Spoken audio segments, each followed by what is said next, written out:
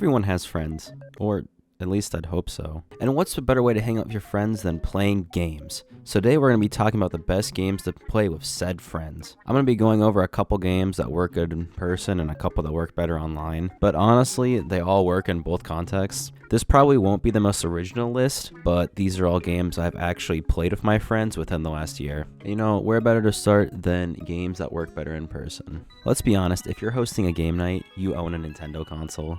Even though Nintendo's been doing a lot of dumb things recently, like a lot, we can't deny that they're the goats of local multiplayer. The best part is all of their party games are series, and you can't really go wrong with any of them. To be honest, I'm not really a massive Smash Bros. Guy. It just really isn't my thing for a lot of reasons, but I appreciate the franchise and still played a decent amount of Smash Ultimate when it came out. It just isn't really my go-to. My personal goats is Mario Kart and Mario Party. For me, Mario Kart is the option to go to when you just want a quick pickup game for like 20 minutes. Of course, it's pretty good for longer sessions too, but let's be honest, you're not gonna go play Mario Party and just play a couple mini games. Now I'm about to hit you with the most lukewarm take ever. Mario Kart 8 and Mario Kart Wii are the best two in the series. Wii has all the classic tracks with a great battle mode. And honestly, it's a little fun to fight the motion controls occasionally. It adds to the chaos that makes Mario Kart fun. Not to mention the items in Wii are insane too. On the other hand, it's really hard to argue with the sheer amount of content 8 Deluxe has, especially if you have the booster pass. There's just like so much, 96 tracks. I made a whole video about 8 Deluxe if you want to see my more in-depth thoughts, but 8 Deluxe is goated. I actually recently got the chance to play Mario Kart World, and it's a good time. I can't argue with that. I think any form of Mario Kart is a good time. I think the new mechanics add a lot of things, but I really can't justify $80 for it. But yeah, if you have a friend who has it, it's good. Like I said earlier, Mario Party is good for if you like an hour and a half plus to burn. My personal favorites are Mario Party 8, Super Mario Party, and just recently I got Mario Party Jamboree. Mario Party 8's big downfall is almost every minigame is just some sort of way to show off the motion controls, which can get a little old after a while, but I really don't think there's a bad board in that game.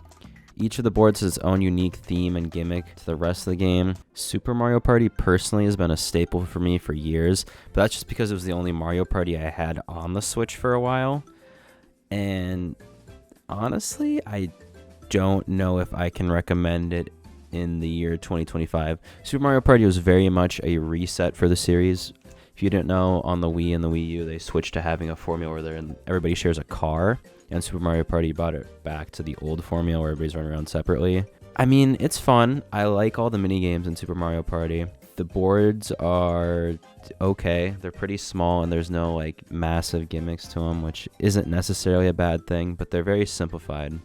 But the one main drawback is the economy in this game is completely cooked. There are very few situations where you won't be able to afford something just because all the items and stars are so cheap. They also have allies, which are completely overpowered in this game and later got nerfed in other Mario parties, such as Jamboree. Now, Jamboree, I got this game a couple months ago, and it's good. They fixed the allies being super overpowered. The gimmicks are back with the boards, but they're not overbearing like 8 is for some people.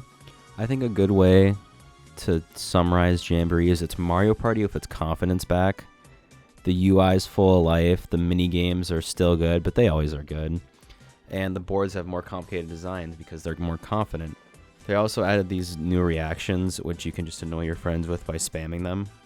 So if I had to quick tier list these three, I'd do Jamboree at 1, Mario Party 8 at 2, and then Super Mario Party at 3. But yeah, I mean, it's Mario Party. Everybody knows Mario Party is good. Alright, now we're switching to the complete opposite of Nintendo games, Jackbox. You honestly can't go wrong with any of the Jackbox party packs, but my favorites are 4 and 7, specifically Survive the Internet, Talking Points, and Bracketeering. Survive the Internet is where you answer a question and then your friends get to put your answer under any question they can think of, so it's pretty much twisting your answer into answering a messed up question. Talking Points is one where you and your friends all make a couple of talking points, and then you have to pick one of those talking points and give a blind speech on whatever you picked. well, a friend is controlling the slideshow. That one's always a really good time. That works better more in person, where Survive the Night kind of work online. And then finally, bracketeering is just make a funny answer to a question, and then you vote on what is the best one, like March Madness style.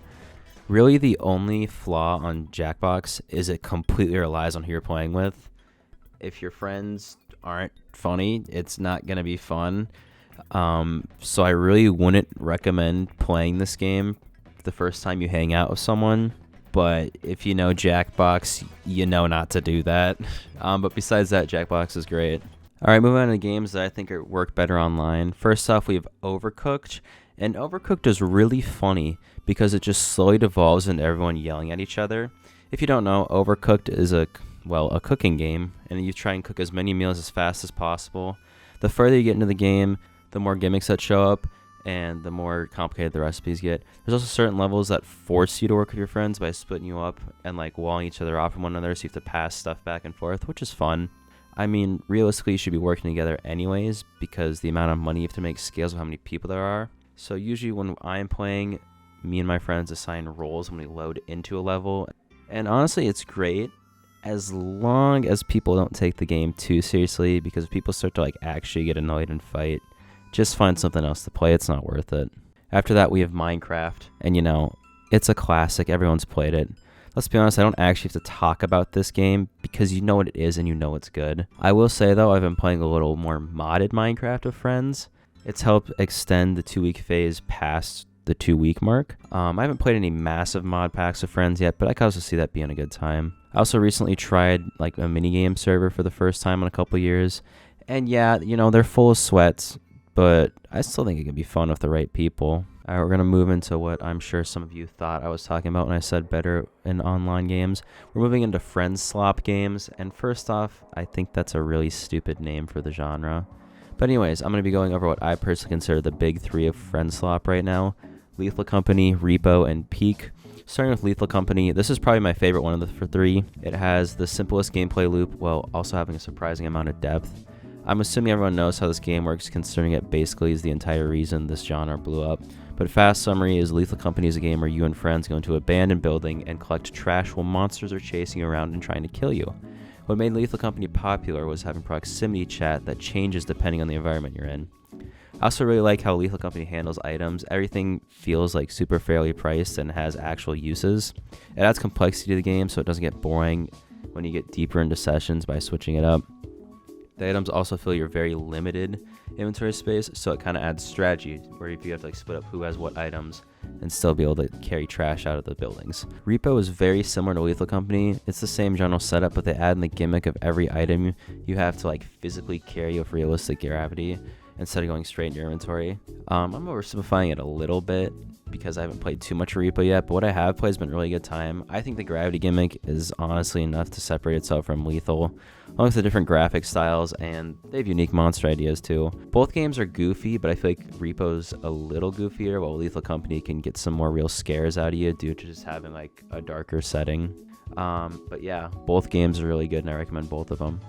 Believe it or not, Peak is also a co-op game where you and your friends explore something while having proximity chat.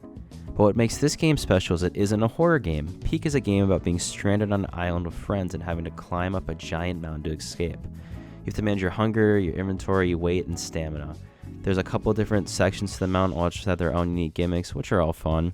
Honestly, this game is really hard. I still haven't had a run where me and my friends win. Now you might think you can just hit your head against the wall until you finally beat the game, but you're wrong, because there's a randomly generated mountain every day, a different one. So that means there's going to be a new mountain for you and your friends to climb every day. All three of these games are still actively getting updates too, so they're just getting better and better. And the best part is none of these games are more than $10, so you can jump into all of them for relatively cheap. But yeah, that's kind of all I got for you.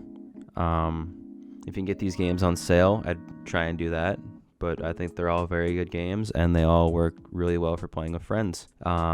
Subscribe if you want to. See you in the next one if I do. Bye.